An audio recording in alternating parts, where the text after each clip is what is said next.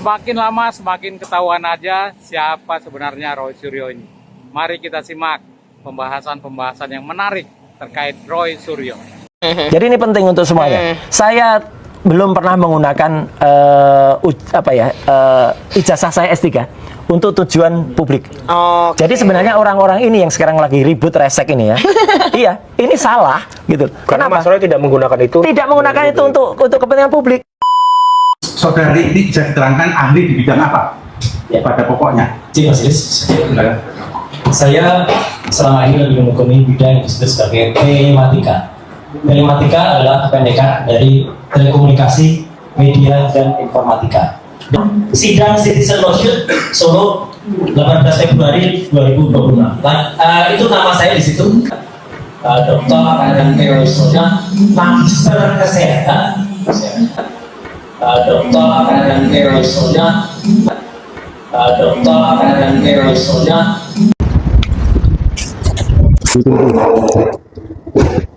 Ini cuma satu kok. Iya. Yang aslinya? Nah itu kan kebakaran. Ini aja sudah maksimal bisa tak selamatin Mbak ketika rumah kebakaran. Nah, nanti saya ini ya Pak. Boleh, ini dibuatkan. Nanti Bapak yang di surat pernyataan ini sama originalitas. Nanti saya kembali pakai materi asli. Boleh, Bapak tanda boleh. tangan Ya, bahasa siap, ya. siap. Nah. Tanda tangan ya. Iya, formnya itu, iya. Kalau dia satu paket itu yang saya kasih Bapak. Nah ya itu, itu yang kebakar di kamar. Tinggal ini Bu. Iya. Untung masih ada ini. Ya. Intinya moga-moga gak ada masalah ya, Mbak Elin ya. Ada orang yang ributin soalnya kurang kerjaan itu. Nah, yang jelas Mas Roy Suryo menyampaikan bahwa dokumen yang lain itu terbakar. Jadi hanya itu yang bisa dia selamatkannya. Rumah Mas Roy Suryo terbakar. Ini rumah kapan? Kejadiannya kapan rumahnya Mas Roy Suryo ini kebakaran ya.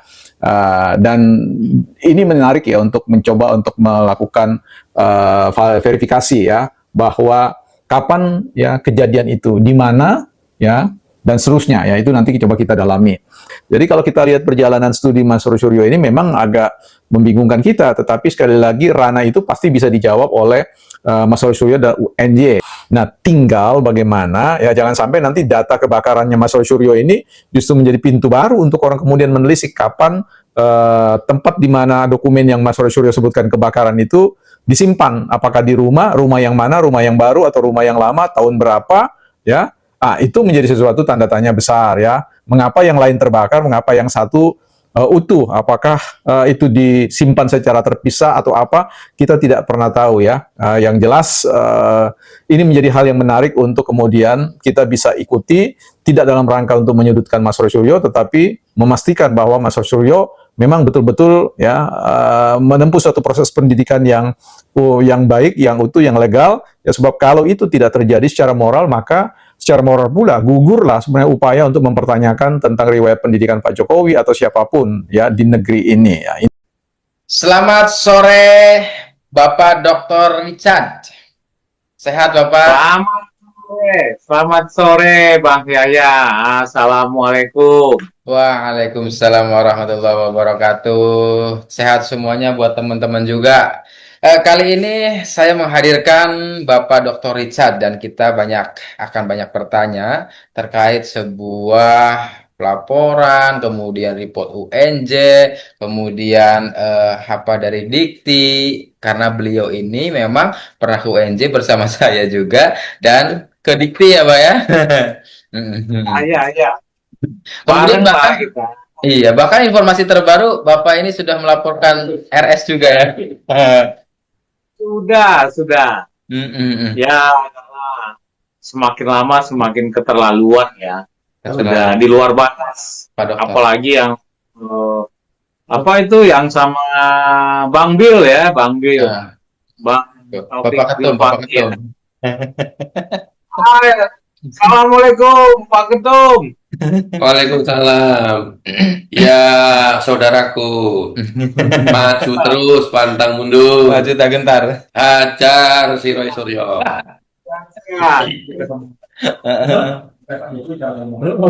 Baik Pak Dokter, barangkali ramai amat ini. Dia. Iya ini. Saya pindah ke sana aja. Ya. Kan habis itu rapat. Oh, ya udah saya sebentar ya. Nggak apa-apa. Lagi online. Rekam. Nggak apa-apa? Oke. Baik Pak Dokter, saya barangkali pengen tahu dan publik juga ingin tahu terkait dengan poin apa sih, saya ulas kembali, poin apa yang sebenarnya Pak Dokter dan Bang Bill katakan yang diteliti, yang disurvei, yang digeluti dan sebagainya terkait dengan gelar doktor Bapak RS ya, Roy Suryo tersebut, yang katanya sebuah aturannya katanya bertentangan lah, seharusnya drop out dan sebagainya. Mulai dari itu dulu, kemudian kita akan sandingkan dengan UNJ, kemudian kita sandingkan ke Dikti juga, dan kita sandingkan pelaporannya bagaimana. Silakan Pak Dokter, silakan Pak Dokter. Ya, ini sebenarnya kan banyak juga yang kurang paham ya Siap. dalam hal ini. Sebetulnya di video-videonya Bang Yahya juga sudah diulas ya, banyak video-videonya apa itu di kanalnya Bang Bill Offside juga, dan di video-video atau kanal teman-teman yang lain ya, Ya. Bang Hengki, ya banyak ya. Nah, sebenarnya sudah jelas, cuman mungkin saja teman-teman netizen masih ada keraguan-raguan ya. Apalagi setelah Mas Roy Suryo itu menunjukkan ijazah aslinya ya. Ya. Nah, sebenarnya kita kan sejak awal itu tidak pernah mempermasalahkan ijazah dari Mas Roy Suryo. Pertama, kita nggak pernah lihat sebelumnya kan? Ya, betul. Kan gitu. Jadi, mempermasalahkan. Masa kita mempermasalahkan sesuatu yang belum pernah kita lihat ya? Betul. Itu kan lucu aja. Seperti sekarang kan dipermasalahkan itu apa, ijazah Pak Jokowi, orang-orang belum lihat udah permasalahkan. Lucu ya kalau itu. Nah, jadi begini ya.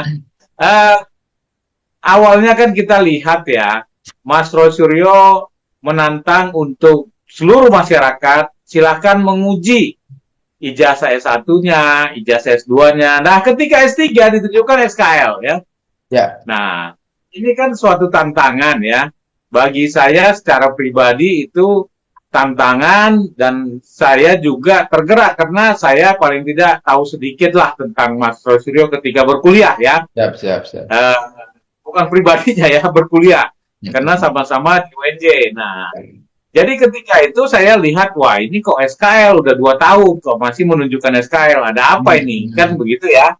Siap. Nah, kemudian karena ditantang untuk diuji ya, saya mengumpulkan data bersama Bang Bill ya. Ya. Nah, karena saya yang mengajak Bang Bill ya, jadi jangan kebalik-balik masyarakat memikir saya ini dibayar Bang Bill apa gitu ya. Enggak, saya mengajak karena saya butuh teman pemikiran yang sama ya. Pemikiran yang sama untuk bagaimana sih situasi yang ramai ini, hiruk pikuk yang saya sebenarnya udah muak ya. Hiruk pikuk tentang membahas ijazahnya Pak Jokowi, hiruk pikuk terus tapi nggak ada kejelasan gitu, nggak pernah menunjukkan bukti ya. Jadi ini kayak bikin ribut, kita juga nggak bisa berpikir ke depan bagaimana ekonomi dan sebagainya. Ya udah sekalian saya berpikir ini biar siapa sih ini Mas Roy Suryo sebenarnya, kan begitu ya. Nah, saya ajaklah dan pemikiran yang sama. Saya melakukan itu analisis, memang kita nggak ribu-ribu dulu ya. Analisa dulu dengan baik, dengan tenang. Nah, kami bersurat juga kepada pihak UNJ ya, mengetahui apa-apa sih ini, data-data ini benar tidak yang kami peroleh data ini. Kami butuh klarifikasi ya, namanya ya kolongun lah ya, supaya tidak ada nanti kita tabayun lah ya, supaya tidak nanti salah ya. Nah, kemudian itu tanggal 4 Juli ya surat kami. Nah, itu diterima dengan baik, kemudian kita barenglah untuk audiensi ya. Ikut ya. Betul. Bang Yahya ikut kan, beberapa orang lah kita itu datang audiensi, diterima baik-baik ya.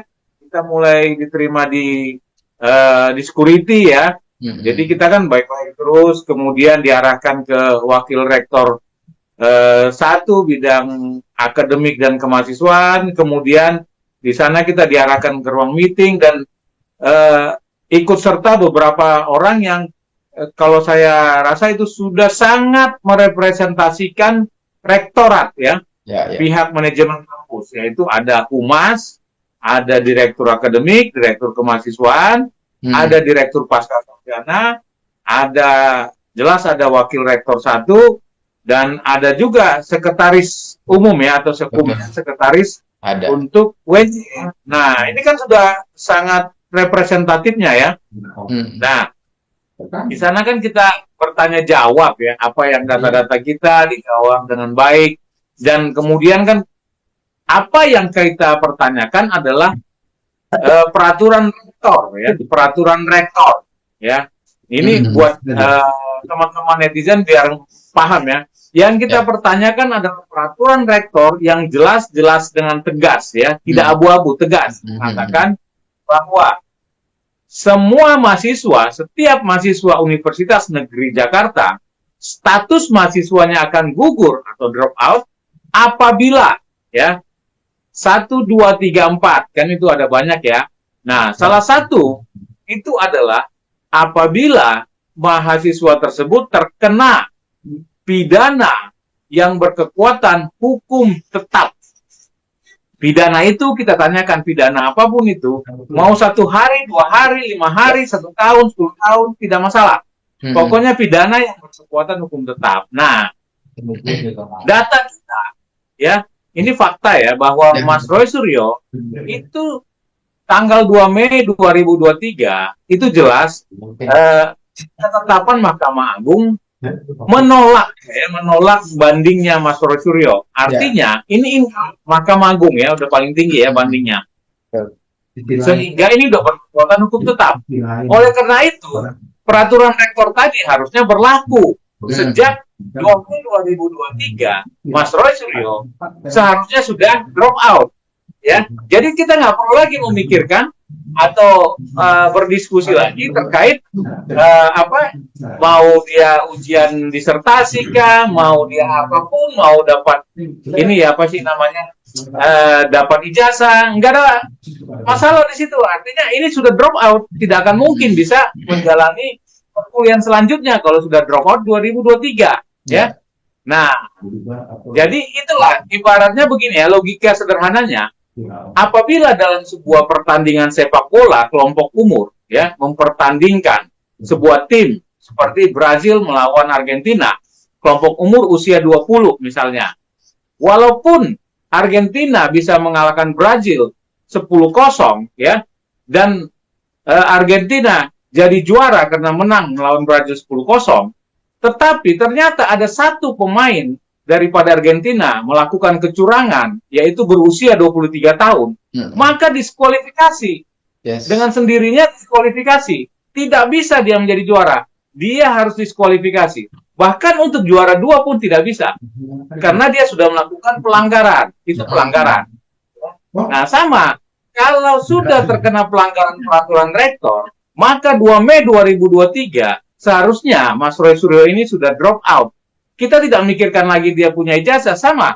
Mau Argentina tadi menang main bola ya, tapi ada pemainnya yang melanggar aturan, yaitu harusnya usia 20 maksimal usia 20, tetapi 23. Tidak peduli itu mau menang 10-0, 20-0, 100-0, tetap itu kena kualifikasi.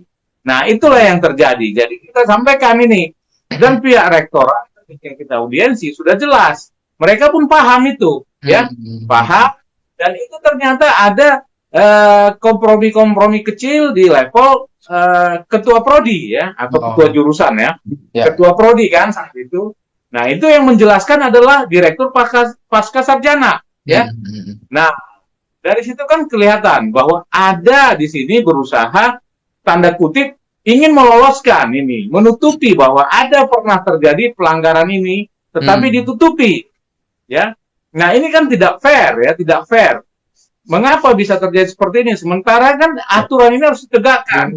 Artinya, kalau ini aturan tidak ditegakkan, ya sudah, tidak usah punya aturan. Barbar saja semua mahasiswa gitu. Ya, nggak usah ada aturan.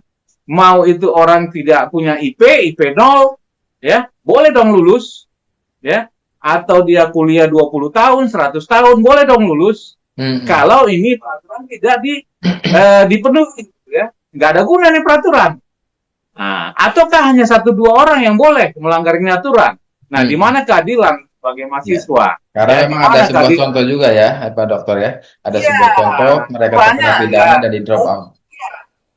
Itu, jadi kenapa ini tidak diberlakukan kepada orang tersebut? Kenapa ini ditutupi?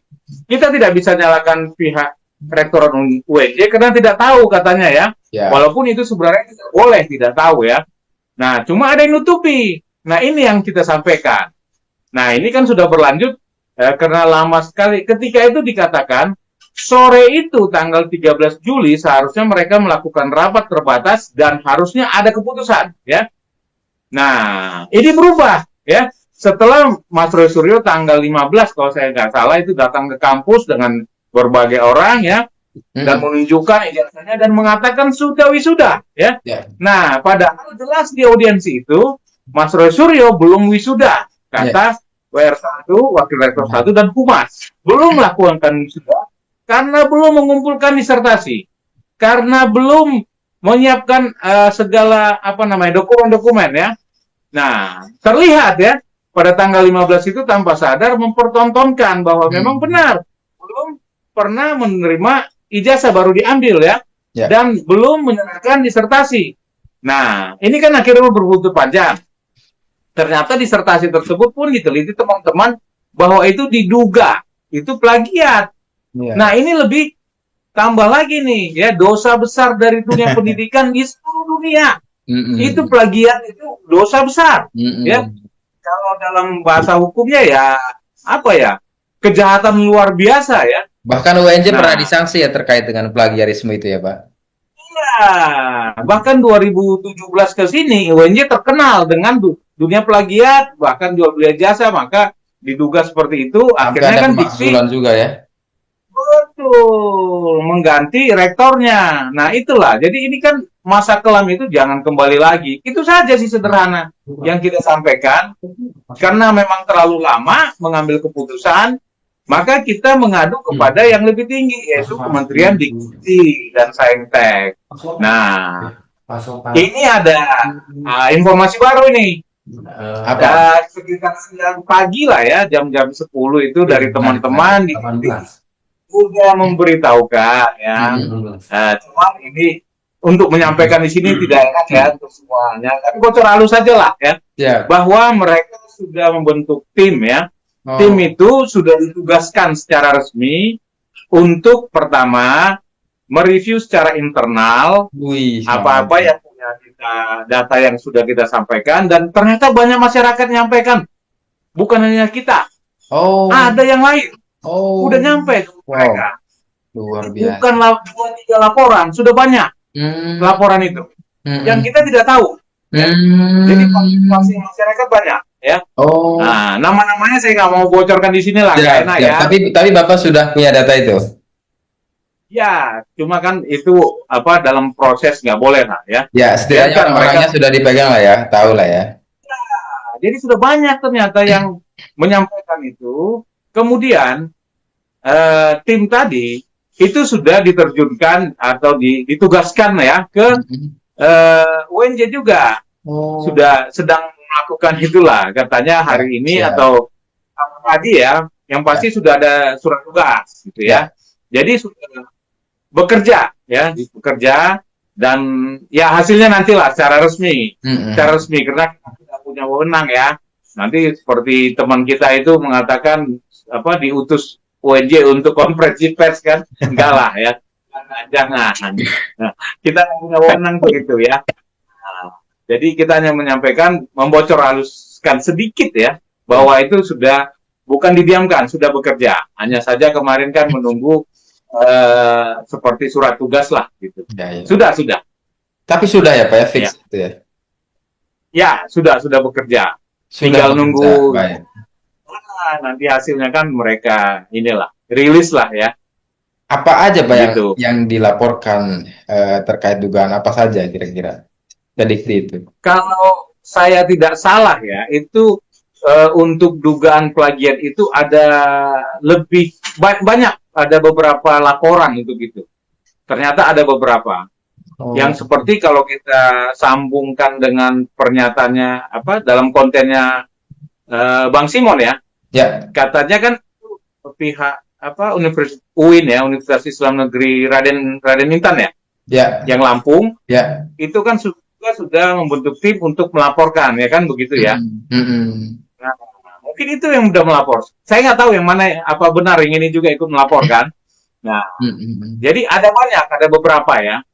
Pokoknya lebih dari satu lah kita katakan, nggak enak nanti itu kan bersifat rahasia. Berarti setidaknya orang yang diplagiatkan itu terkait skripsi maupun tesisnya itu akan melaporkan bersama timnya, kira-kira gitu ya?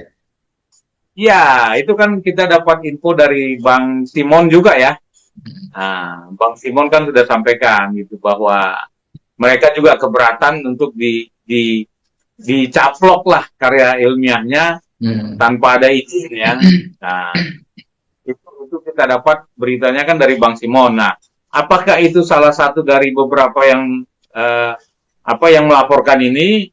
Ya itu kan otoritas di nggak boleh kita sampaikan di sini gitu. Aku kayaknya pakai video. Baik. Berarti Dikti itu sudah ya, Pak ya, dan kemudian tim itu sudah bekerja ya artinya ya.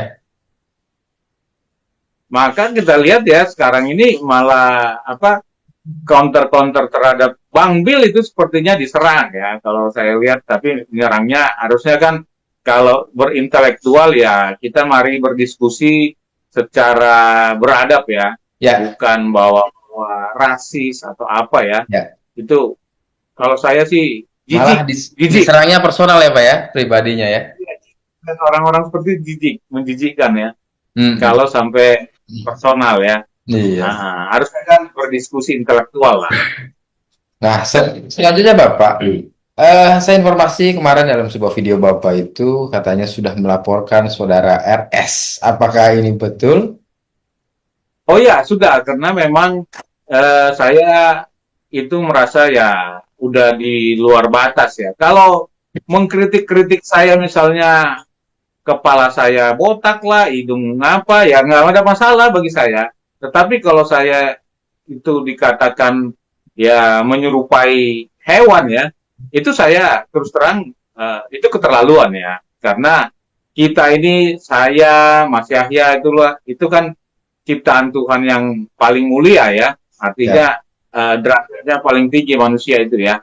Bukan seperti hewan ya kan, itu rasanya namanya udah di luar batas, sama lah seperti mereka kata-katai Bang Bill itu tadi, udah rasis gitu.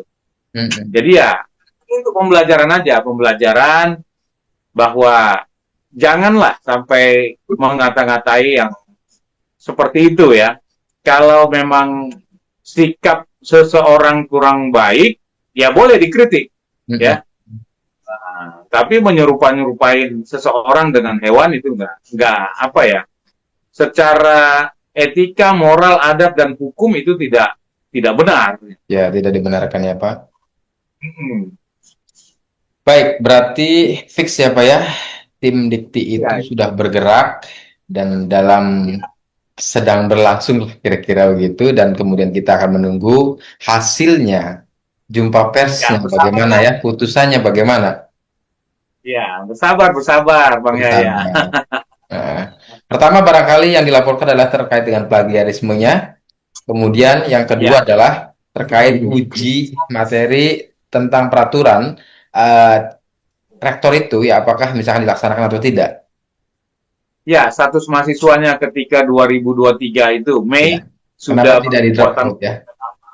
Iya, itu. Kita nggak pernah mempersoalkan. Jadi nggak ada dampaknya dengan menunjukkan ijazah ataupun apa ya. Bukan itu yang kita persoalkan. Kita nggak pernah mengatakan ijazah Mas Roy itu palsu atau asli, nggak pernah ya. Dan nggak mau urus itu. Ya, setidaknya ini buat pelajaran buat kita semuanya, bahwa ketika misalkan ada status mahasiswa kampus atau mahasiswa yang seperti itu kan mestinya harus ditegakkan aturannya ya Pak ya. Dan setidaknya juga ini buat publik bahwa bukan hanya ini adalah pembelajaran buat personal, tapi juga buat institusi atau kampus tersebut juga. Ketika yang demikian justru harusnya ditegakkan, ya.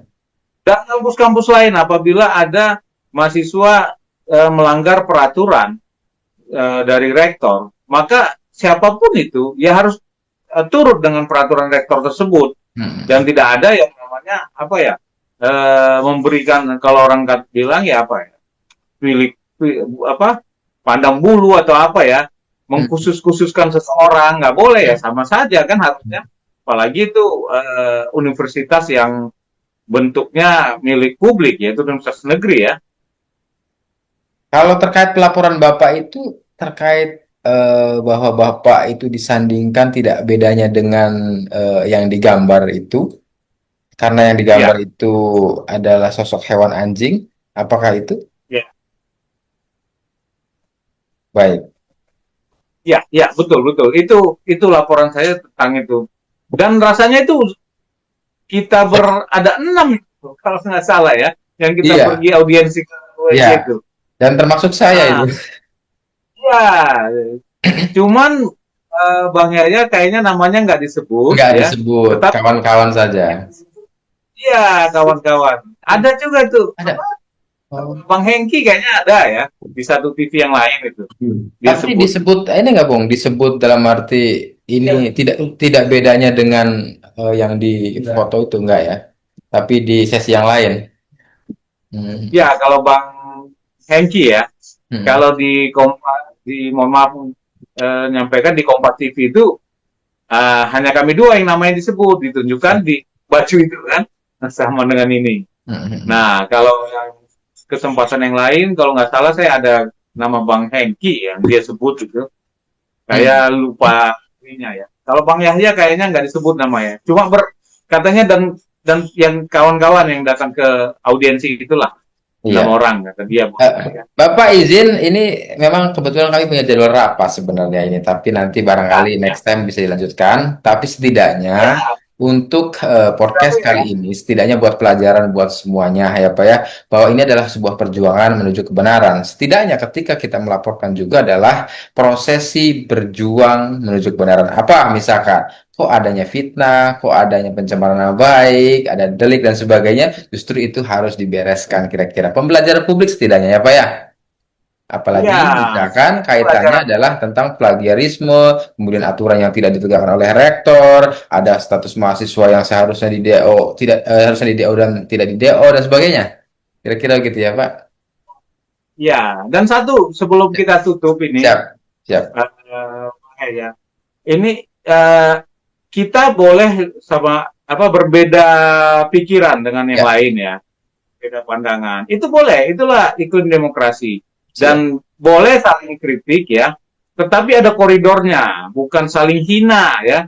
Saling kritik itu kritik pemikiran ya. Pemikiran saya begini, oh nggak benar itu, harusnya begini. Ya itu kan saling kritik supaya bisa membangun, mendapatkan sebuah kesimpulan yang lebih baik kan, kalau banyak pemikiran ya. Betul. Tapi kalau saling hina, nah ini kan bukan diskusi, itu nggak ada nilai intelektualnya, itu kan itu yang saya sesalkan, hanya itu aja.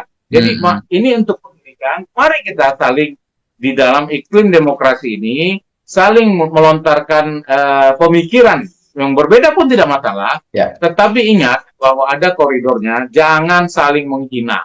Itu aja sih, Bang Yahya. Dan satu lagi, bagi kita mahasiswa, ikuti aja peraturan rektor gitu kan. Ikuti. Jadi kalau memang kita tidak bisa mengikuti peraturan rektor tadi, ya sudah, kita harusnya ya mundur gitu ya. Kan bisa lagi pindah ke universitas lain, kan banyak ya.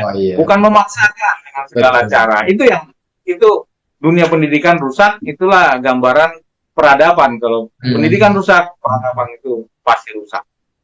Gitu Bang Yahya. Terima kasih Pak Dr. Richard. Semoga ini menjadi manfaat dan pelajaran buat kita semuanya. Terima kasih sekali lagi. Wassalamualaikum warahmatullahi wabarakatuh.